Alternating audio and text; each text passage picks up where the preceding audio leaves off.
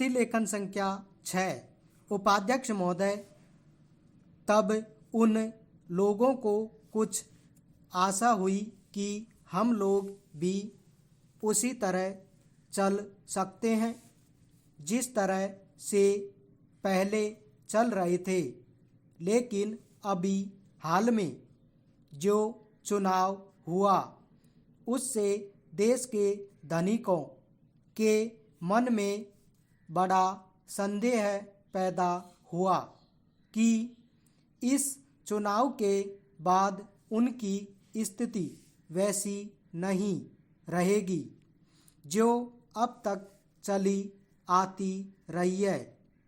गरीबों और अमीरों के बीच में जब तक जो बहुत बड़ा अंतर चला आ रहा था उसको अब तेजी से दूर करने का प्रयत्न किया जाएगा। श्रीमान, मैं आपका बहुत ही आभारी हूँ जो आपने सदन में चालू वर्ष के बजट पर अपने विचार प्रकट करने का अवसर दिया है। मैं इस बजट का समर्थन करना चाहता हूँ।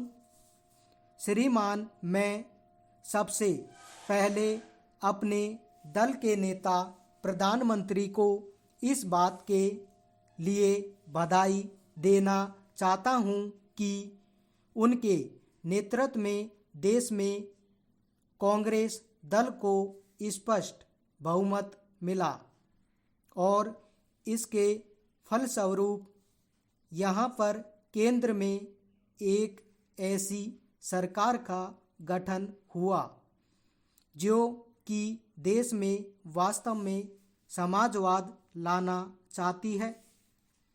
मैं वित्त मंत्री जी को इस बात के लिए बधाई देना चाहता हूँ कि लोकसभा के मध्यावधि चुनाव में जनता द्वारा कांग्रेस दल को जो आदेश दिया गया था उन्हें स्मरण है और वह तन मन धन से उसका पालन करना चाहते हैं।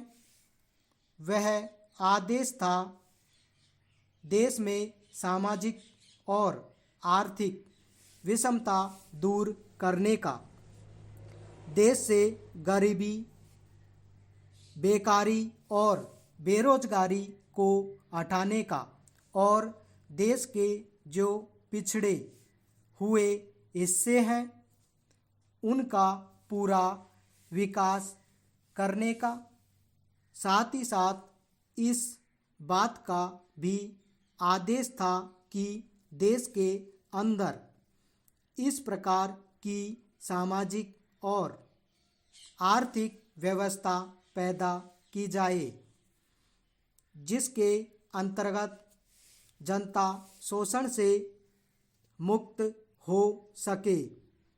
श्रीमान, यह ठीक है कि देश में कृषि के क्षेत्र में उत्पादन में वृद्धि हुई है, परंतु इसके साथ ही साथ यह भी दृष्टि में रखना चाहिए कि लागत में भी पूरी वृद्धि हुई है।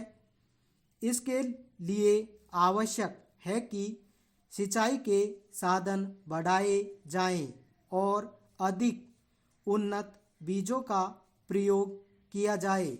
आज कृषकों को कृषि के यंत्र मिलने में बहुत कठिनाई हो रही है। जैसे छोटे छोटे ट्रैक्टरों का देश में बड़ा अभाव है, उनके बनाने के लिए शीघ्र नए कारखाने खोले जाएं, जिससे कृषकों को जल्द से जल्द ट्रैक्टर मिल सके। देश तभी प्रगति करेगा, हमारा ऐसा विश्वास है।